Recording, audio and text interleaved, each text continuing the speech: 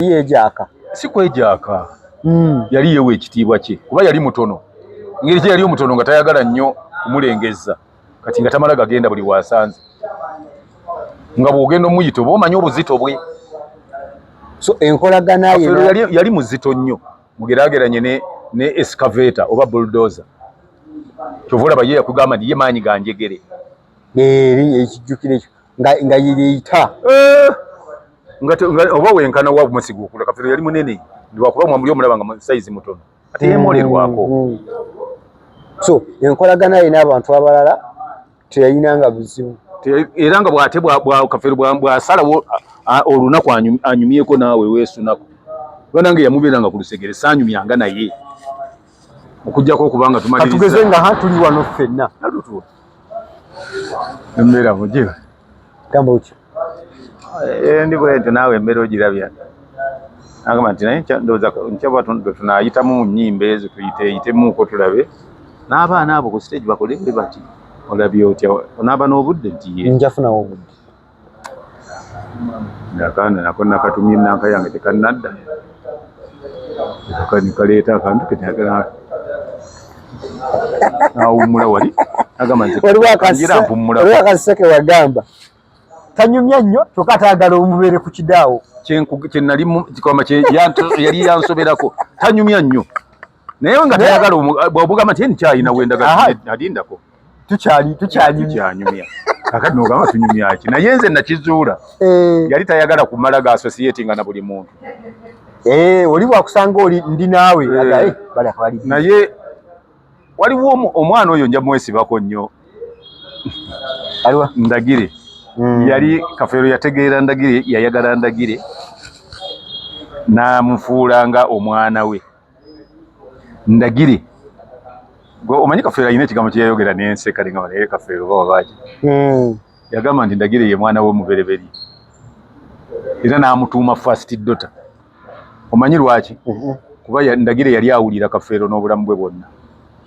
Ndagire nga bone bw'abaali yajjanga muyimbi Ndagire yajjanga muyimbi nga kawala katoobwe kati kayimbo luyimbo lwo saategeera saamanyirwa kyusa ku ndowooza munnange yali ayimba oluyimbo olwo nange ne ndwagala lwakolera bulungi nnyo kati n'amuwulira n'amulaba nga oyo omuwala ali mu babayitanga abakyala Namige mwana n'asalawo n'avaayo ajje ayagala okuyimba mukulabako Katonda teyasiba namu yamwagalirawo nga yakamulaba n'agamba ono wanjawulo era kati nkugamba kino Kafeero obulamu bwe bwonna yayimba n'abakazi aba basatu obulamu bwe bwonna yayimba omuwala eyasooka okuyimba ne kibiina kye oba kolabo yakolako kolabo n'omukazi omu baamuyitanga Immaculate Nabiryo lwakuba yali mwannyina wa mukwano gwe mwannyina wabasudde Immaculate Nabiryo oluyimba olwo baluyita mama poor quality baluyita poor quality gwe noonya oluyimba lwebayita poor quality Kafeero mwe yakolera kolabo n'ayimba n'omukazi yenna omulala atali bwa kibiina kye n'ayimba n'omuwala omulala bamuyita Joan Clare nga mwegwe muyita omwana w'omuzungu ye mukazi owokubiri omukazi owokusatu gwe yayimba naye nga ne bagatta ennyimba ng'ali ku teepu kwali sigamba nti bakoze dduo oba kolabo naye okubanga ayimba naye n'abeera ku teepu ye bamuyita Josephine Ndagire senga w'abaana baffe akyaliwo oyo nakati ne bwe ngamba nti mwetaaga ye muwala ye mukazi ye mwana asinga obuwulize ndowooza mu bakazi abali bemmanyi mu Uganda nekojja abantu tujja banoonyako abantu bali ate oyo Ndagire awanya abantu ekitiibwa mwetoowaze muntu mulamu wa kisa kati ebyo ebintu omuntu Katonda bw'abikuwa byonna ensobo ogimaze era kyova olaba nti esobola okubeera ne Kafeero ebbanga lyonna Kafeero yali tapakukirwako nga tomala taleekaanirwa naye ndagire nze natuuka okubeera okuva mu gundi mu kibiina kya Kafeero ntambule nga sikyajja ku shows nga siwulirangako kigambo kyazze mu mukamaawo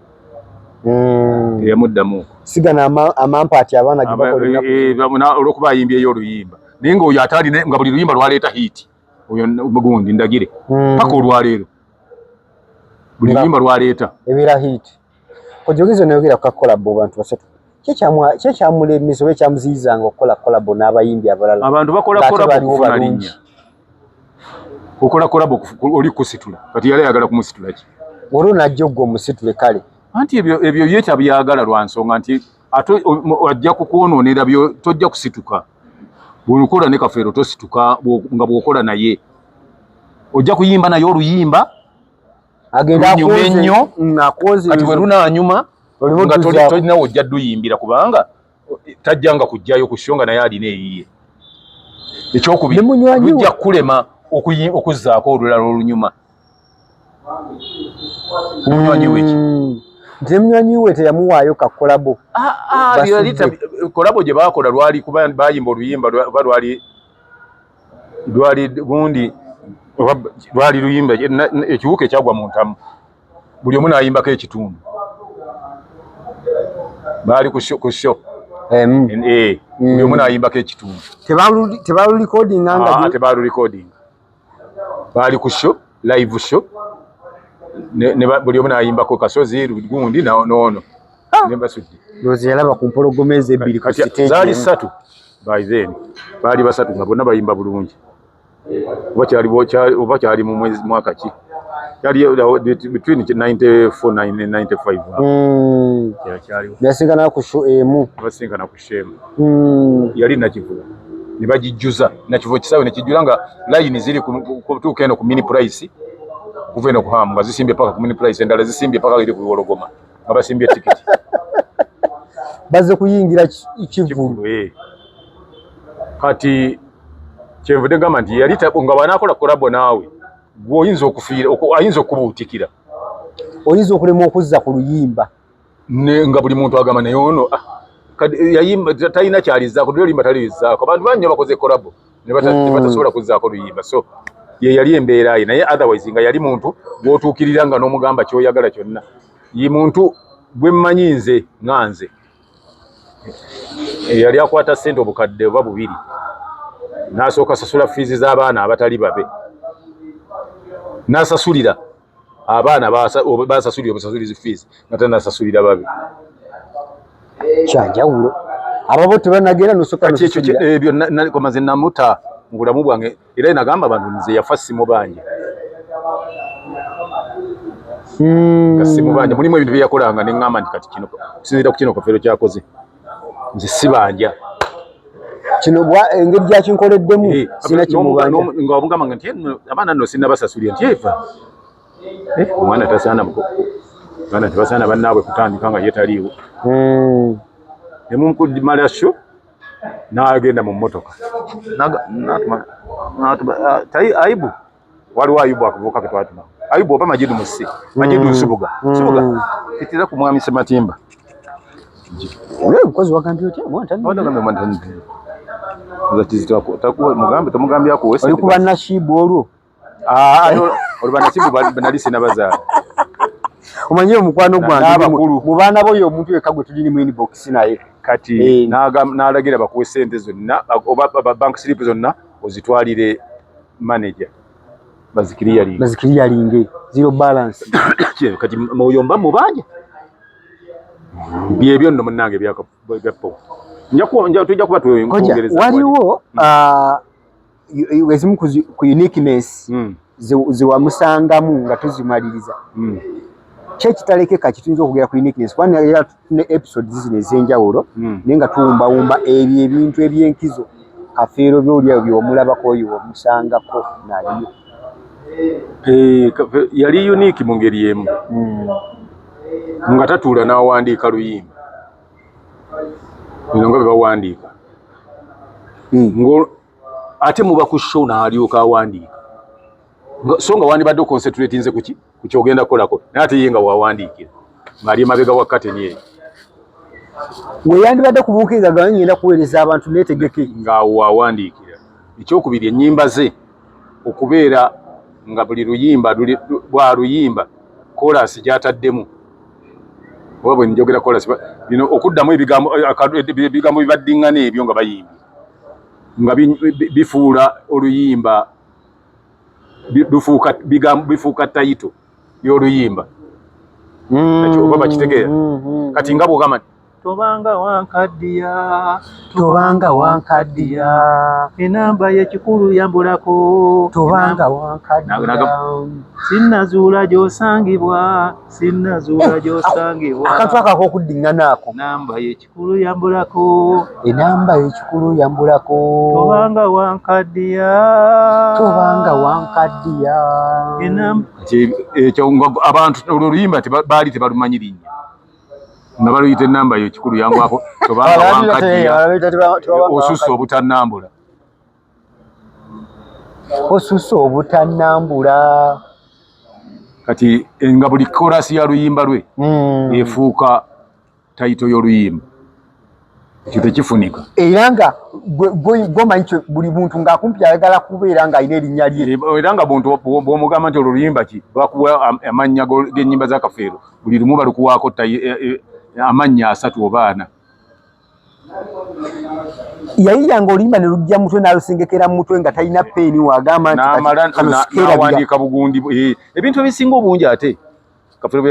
yayimbanga yawandikanga kyetuyita theme namala okuwandika nigenda kuyimba ku kino wawandiika theme n'awandika chorus n'agiteeka awo kati bino ebigambo ebirala olwokuba yalinga amaze nakola kirita bode bwe yamala ng'okola bode ebigambo byeyimbanga nga ayimba kyetuyita stanza yes nga tabiwandiise ebyo bijja bifulumya abantu batono abaali basobola okukoppa ennyimba ze nga tannazifulumya n'ezaasigalawo ezaali mu bitabo tewali asobola ziyimba kuba ebyo ebigambo byafiira mu mutwe gwe byali bigenda mu nnyimba yalekanga walinga stanzas nga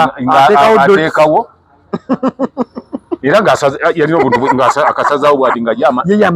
wajja kubeerawo stanza bya bigambo byagenda okuyimba The Golden Boy gwe tuliko era twagala okubeera nga tugamba nti tugenda kuwa episodes nnyingiko naye njagala buli episode ofunemu ekyokuyiga ekigatta ku bulamu bwo ojja nga tumaliriza wano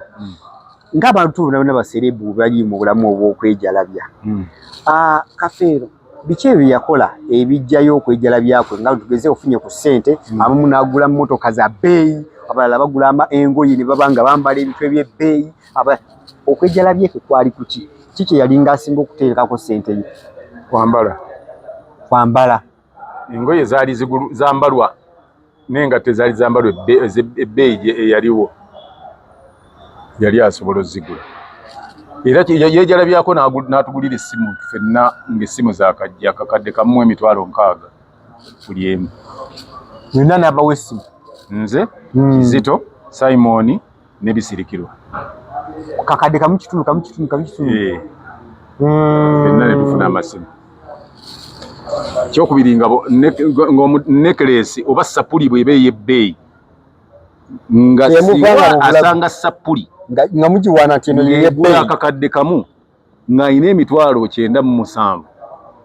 nga gw'olina 3 gy'ogenda okulya ekyeggulo ng'azikuggyako agule sapuli eri abeere nayo yali mukkiriza okwejalabyakwe kwekwo n'ekirala okuba nti yali ayagala nnyo okwejalabyakwe yeejalabyezanga nnyo naddala mu mulimu gwe ng'ekintu nga kigenda ku mulimu ng'akifiirako kisaamu ssente ze waliwo twali tetulina ssente zaali ziriwo zimala n'agamba naye kye tuba tukola tugule keyboard tugule ne generator olwaleero kuba tubyetaaga ebyo ate nze nga nali nina ssente ze nali njagala ate ye n'asalawo nti zonna tuzigulemu ki awo ng'ekyo kiba kikwata ku mulimu yeejalabya n'akamala kale episode eno tugenda gituma The Golden Boy of Africa episode egenda beera tambulira awo Golden Boy of Africa ebikusike ebiri mu Kafeero naddala mu zaabu omulenzi zaabu ekkula lya Africa not Pearl kiri golden boy. Omulenzi zaabu wa Africa. Awo atali gwawo kubanga buli bamwogera olwaleero ne mumwogerako e Paris ne bamwogerako e Cairo buli omu agamba ne Washington buli omu awulira buwulizi nti yes. Kale tetuyinza kwebera bannaffe bateekamu kasente okuli Kojja Kagatto bicycle kick. Lwaki ngataka ka Kojja Kagatto nti bangi bajja kulimbalimba eyo nti batunda bicycle kick. Eyo no wa Kojja Kagatto wanjawulo yatukitwala nti wankiza bamukozesezzaako batuwa obujulizi. Abamu batuwa obujulizi. Lekera awo gamba nti ate munnange Arsenal yawutadde ekikopo nze ndi wa Man U siina maanyi. Omanyi okuva lwe batututeka ekikopo. Mbate kati omanyi lekera lwaki bakuvuma nti olinga enkoko. Omanyi gwe enkoko? Enkoko wanyimanyi. Buba butikiti. Microseconds. Naye kaakati ng'oloofa ki? Njagala bakuyite nti olimbwa. Kategedde oyo ndogoyi. Ensekkirize nti oli ndogoyi oba mbwa. So si kugamba nti oli nkoko kaba nti oliyibwa. Njagala bakugambye nti oli nkazalujja eyonkerebwe